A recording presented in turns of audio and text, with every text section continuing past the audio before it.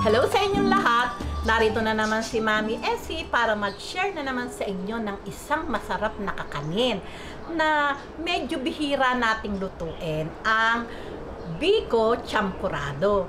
Pero bago tayo mag-umpisa, kung kayo ay nasa Facebook, don't forget to follow, like, and share. At kung nasa YouTube naman po, huwag lang kalimutang mag-subscribe at pindutin ang bell button para lagi kayong updated sa ating mga bagong video.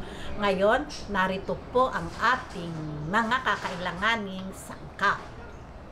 Ngayon po, narito po yung ating kakailanganin sa paggawa ng chocolate biko. Gagamit po tayo ng 2 cups na malakit na bigas, 1 cup brown sugar, 1/4 cup na cocoa powder,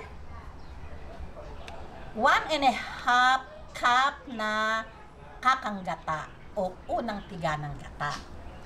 Ngayon, sa paggawa naman po ng white toppings, gagamit po tayo ng 1½ cup na ganun din po kakang gata, 2 cups na glutinous rice flour, isang gatas na condensed, at 1/2 cup na milk powder. Okay? At syempre po, sa paggawa naman po ng latik, gagamit po tayo ng 2 cups na coconut cream o unang tiga ng gata. Ngayon, umpisahan po natin yung pagsasaing ng malagkit.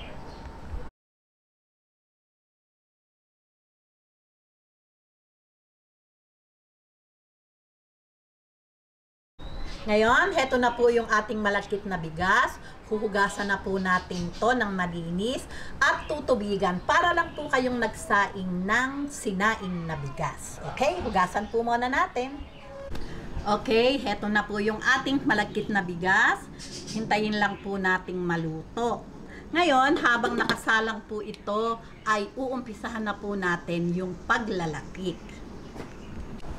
Ngayon, umpisahan po natin yung paglalapik. Siyempre po, napapanood nyo na po ito sa akin palagi, yung paggawa. Siguro po talagang kabisado nyo na. Pero doon po sa mga bagong manonood, ito po ay iintayin lang nating kumulo bago natin haluin. Pagka po medyo may namumuo na, doon po natin uumpisahan siyang haluin. Kasi po baka po manikit sa ilalim, lalo po kung hindi non-stick yung ating gamit. Okay, balik po ako. Ayan, pagka po ganyang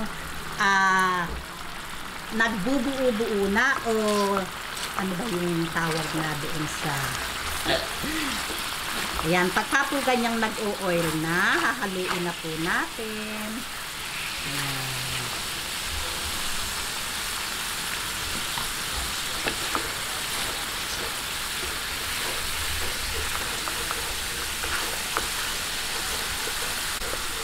Ayan, pagka po ganitong nag-o-oil na siya at talagang nag-uumpisa na po siyang maglatik kasi po reduce na po talaga yung gata, ilalagay na po natin sa medium heat yung ating apoy. Ayan, para po hindi mabilis yung pagkakaluto niya. Yung pagkakaano niya ay hindi po masusunog. Okay. Ayan, pagka po ganitong oil na lang talaga yung natitira, hindi na po natin titigilan ng halo yan hanggang sa mag-golden brown o light brown yung ating latik. Ayan, halo-halo lang po hanggang sa maluto. Ayan, pagka po ganito na, okay na po ito. Tatanggalin po natin sa oil. Ayan. Ayan.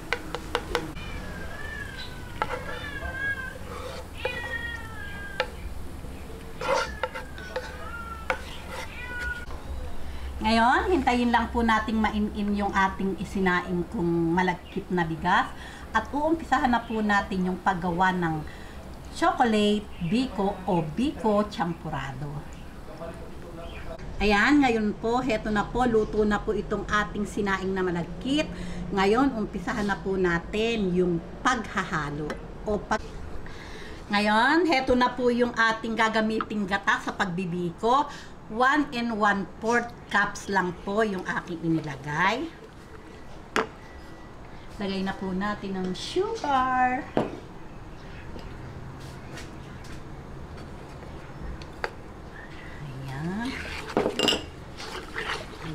Hintayin lang po natin itong lumapot at kumulo bago natin ilagay yung cocoa powder at yung ating sinaing na malagkit. Ayan. Ngayon, lagay po natin itong cocoa powder. Ayan. Ito pong cocoa powder, tinunaw ko lang po ito sa konting tubig na mainit. Ayan. Atin lang pong simutin at sayang naman. Ayan.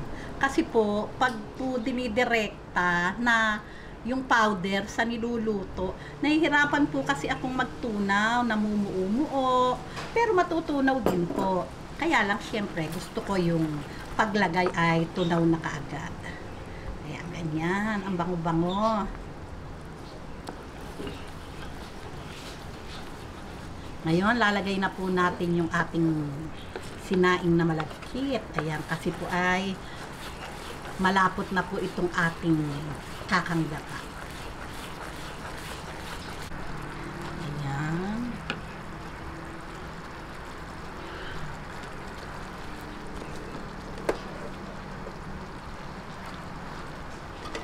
Okay, ngayon hahaluin po natin to hanggang sa kumunat. Ayan, halo lang po. Huwag po natin titigilan ng halo para maganda yung kanyang pagkakakunat. Okay.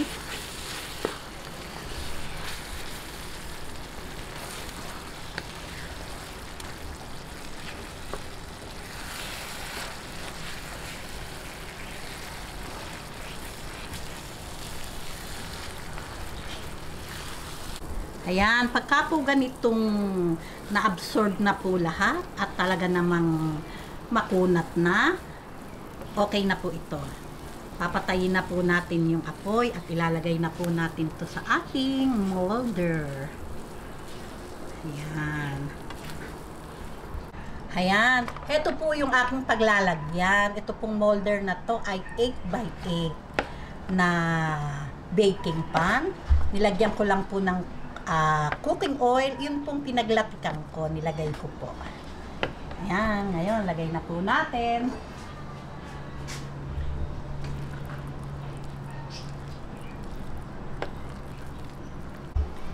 Ayan, matapos po nating platin sa ating molder.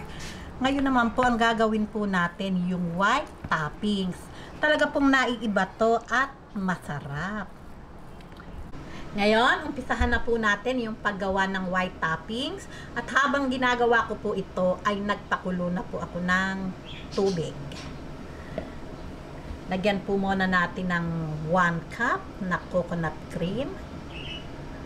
Ayan, madali pong magdagdag pag medyo kulang. Ayan. Pero nakaparada po dito ay 1.5. Nako, nakalimutan ko ang powder. Pero magmi-mix na din po ito. Ayan. Medyo lang po haluin pa natin. Lagay po natin itong sanlatang condense. Ayan. Pagka natimpla po natin, titikman po natin kung ayos na yung tamis sa inyo. Kasi po, may matamis kumain, may matabang, pero syempre po, dessert to, kailangan po matamis.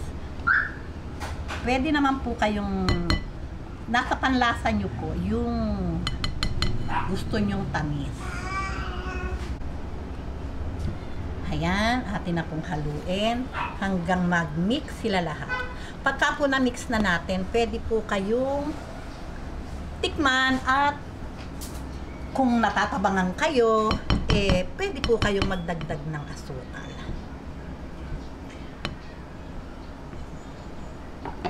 Okay, mix na po natin.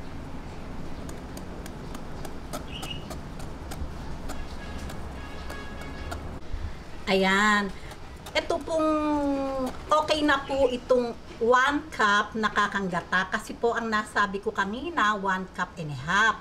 Pero wag po kayong mag-alala kasi sa dulo ng aking video, nakalagay naman po yung sukat ng mga ingredients. Kaya hindi din po kayo malilito.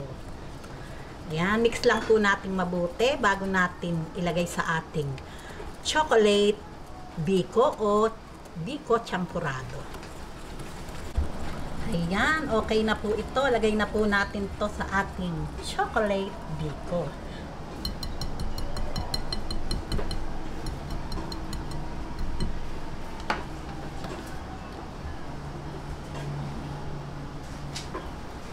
Ngayon, buhos na po natin.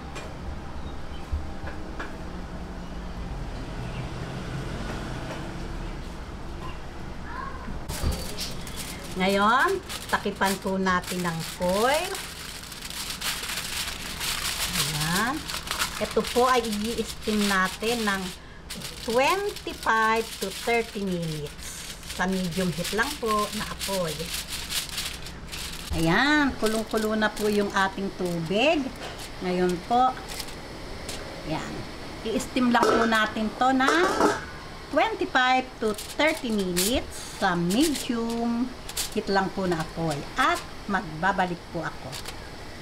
Okay. Okay, ngayon, heto na po siya.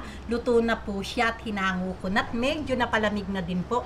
Sa pag-i-steam po nito, halimbawa po 30 minutes, ganyan, at tinusok po natin, at meron pa pong hawa yung ating toothpick, ibig lang pong sabihin noon, hindi pa luto. Pwede po tayong magdagdag pa ng oras hanggang sa pag tinusok natin ang toothpick, malinis na po. Yun po ay luto na talaga. Ngayon, hatiin na po natin at medyo po mainit pa talaga. Pero pwede na din pong hatiin.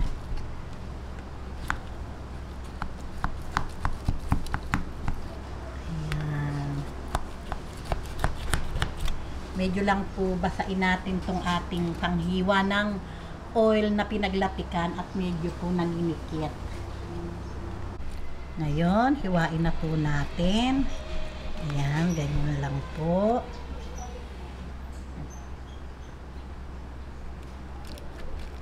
Napakakunat po kasi ng ibabaw. Ayan, heto na po yung ating napakasarap na biko champurado o chocolate biko. Na-excite po ako, nalagyan ko agad ng latik. Wala pa po yung anak kong nagkakamera. Tuloy-tuloy po yung trabaho ko. Pagkahati, sabay lagay ng latik. Hindi ko na po tinanggal. Ayan. O, paano po? Tikima na po tayo.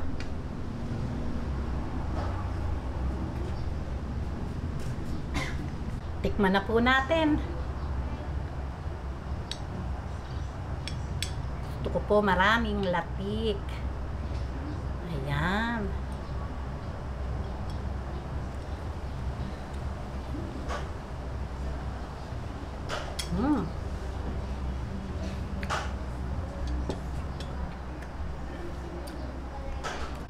Masarap po.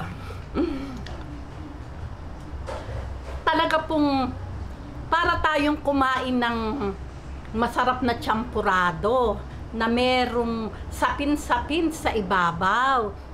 Tapos, syempre po yung latik para naman po sa biko. Talaga pong parang 3-in-1 yung naging lasa.